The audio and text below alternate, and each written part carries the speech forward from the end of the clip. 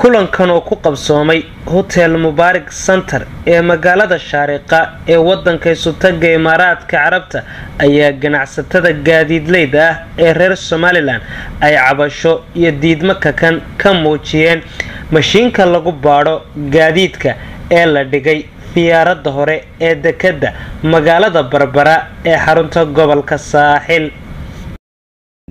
waxaan ku codsanaynaa madaxweynaha dawladda dhammaanba oo ugu sareeyo madaxweynaha dalku in arintaas wax laga qabto oo aanay ahayn wax ku munaasiba in gaadiidka loo dhigto bir dekada horteeda. waxaan ku codsanaynaa madaxweynaha maadaama loo tagay oo wasiirka loo tagay gaadiidka oo arintaas aan wax badan ka qabanin, waxaan ku codsanaynaa madaxweynuhu inuu arintaasi hoos u eego. koowaad ee aanu jaalidaha qurbadaha ama dibadaha ka hadlaan waxaa lagu kaliftay facaskan la keenay dalku u baahan yahay. iminka Puntland waa la geeyey, dekada Boosaaso waa la geeyey. haddii la geeyey dekada Boosaaso dee markii ay ganacsatadoodu cabasho ka muujiyeen ee ay madaxdoodii u muujiyeen ee ay wasiiradoodii ciddii madaxii u sareeyay madaxweynahoodii u muujiyeen dee dekada waa laga hor qaaday. annagu waxaanu aad u jecelahay oo aanu ka cabanaynaa gaadhigii oo aan sooba degin baan facas ku marinayaa dekada gudaheeda. dee waxaan u malaynaynaa arrintaas waa arrin adduunku waa ugub kan ka hadana waa facaska baabuurta dekada gudaheeda la dhigay ee lacagta lagu doonayo lacagtaas $10 ee meel loo waayay. waxaan oran lahaa state baan laga qaadaa, cashuurta saadkan laga qaaday, Soomaaliya shilinkii baa la kordhiyey, si walba cashuurta waa loo galay. anagu waxaan oran lahaa dekadaha kale ee Puntland ee laga qaaday baan u wareegi doonaa haddiina laga qaadi waayo baan leenahay anagu anay qaadi karin haloo naxariisto.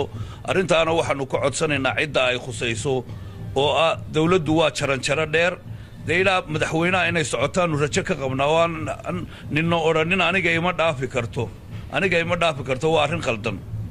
anuunba i khusaysaa waa arrin aad u qaldan.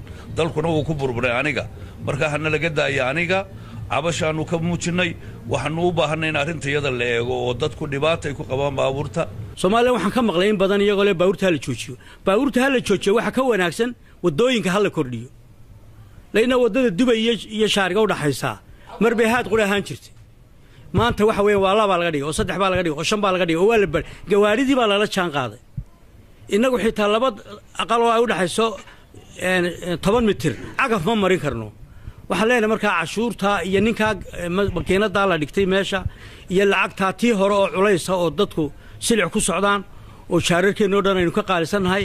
waxaan leenahay arrintaa weydiinaya madakada markuu ka baxay iminka dekada Jabal Cali qaar baa ka soo dego oo Imaaraadka aanu ku wadana hadaba wadana iyagoo laba kala go'an xataa soo degaan markuu facaska ka bixi karunba la wadan karaa dariiqa loo ogolaan karaa. la soo wada sheego facaskani waxa weeyaan baabuurta markay dalka soo gasho baa la facsaa. waxa weeyaan dekada gudahiisa wax lagu facsayo oo la leeyahay facs baa la saaraya waliday maanaan arag. Abdi Nasir Khalid Saeed, wararka telefishinka caalamiga ah ee Home Cable TV wadamada Khaliijka Carabta.